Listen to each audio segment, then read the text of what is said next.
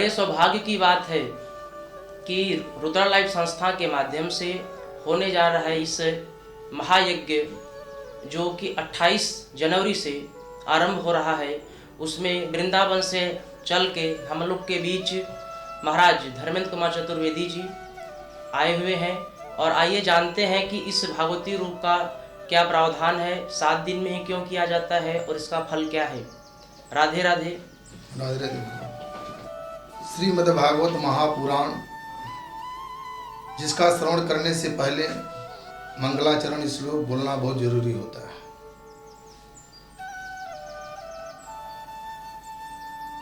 हरि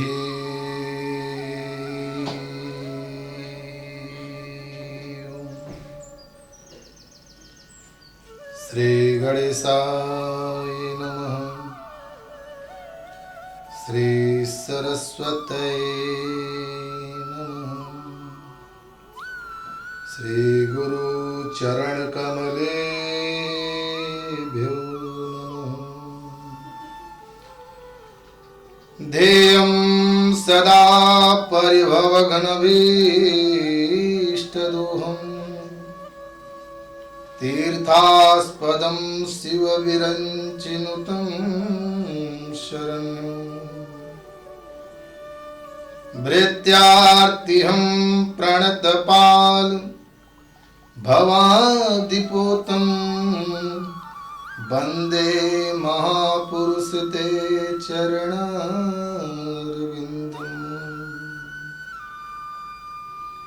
वंशी विभूषितकरा नवनीरदाभा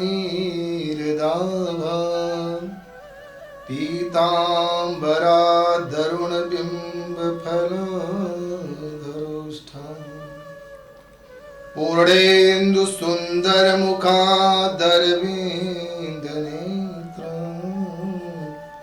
कृष्णात् परं किमपि तत्त्वमहं न जाने।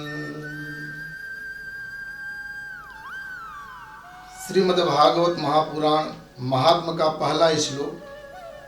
सच्चिदानंद रूपाय विश्वोत्पत्त्यादि हेतवे तापत्रय विनाशाय श्री कृष्णाय वयं नमः। सभी भक्तों को राधे राधे। राधे राधे। रुद्रा लाइफ संस्था के माध्यम से ये श्रीमद् भागवत महापुराण सप्ताह ज्ञान यज्ञ का आप लोगों को रसपान कराया जाएगा, जिसमें पहले दिन की जो कथा है वो बताने के बाद फिर मैं आप लोगों को कथा के विषय में थोड़ा जानकारी देंगे। तो 28 जनवरी की जो कथा प्रारंभ होगी वो श्रीमद् भागवत महापुराण का महात्म होगा। दूसरे दिन की जो कथा होगी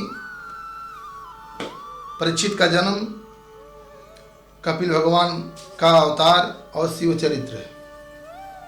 और तीसरे दिन की जो कथा होगी ध्रुव चरित्र, प्रहलाद चरित्र, चित्रकेतु की कथा। चौथे दिन की जो कथा होगी भावन भगवान का अवतार होगा, रामचरित्र होगा थोड़ा, फिर कृष्ण भगवान का जन्म उत्सव मनाया जाएगा। पांचवें दिन की जो कथा होगी पूतना उद्धार, वृंदावन गमन और गोवर्धन पूजा। और छठे दिन की जो पूजा होगी, जो कथा श्रवण कराया जाएगा आप लोगों को, बाल लीला, कंसवध और रुक्मिणी जी का विवाह।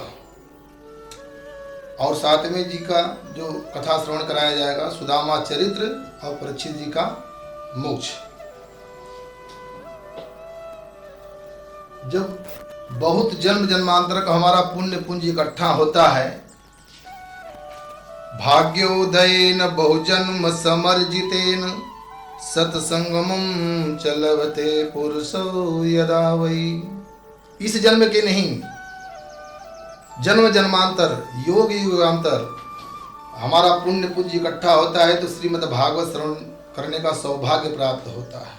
महाराज जी, ये भागवत है, ये इसका लाभ क्या है और इसे 7 ही दिन में क्यों सुना जाता है? इसके विषय में हमारे जो भी श्रोतागण हैं ऑनलाइन, उनको बताइए प्लीज। श्रीमद् भागवत महापुराण जो है सभी शास्त्रों का सार है। इसमें ये कल्पद्रुम है, जो भी कल्पना करोगे वो आपको प्राप्त हो सकता है। जो अपना रोजी व्यापार के लिए अगर कथा को श्रवण करते हैं उनका रोजी रोटी चलेगा, जो अपना शरीर का आत्मा का कल्याण करना चाहते हैं उसका कल्याण होगा। जैसे धुंधकारी जी कथा को श्रवण किए तो अपने आत्म कल्याण के लिए, और लोग जितने भी थे श्रोता वक्ता जो भी थे सबका कल्याण हुआ। जिस भाव से लोग कथा को श्रवण करते हैं उस भाव से उसका कल्याण होता है। और ये 7 दिन में ही क्यों सुना जाता है?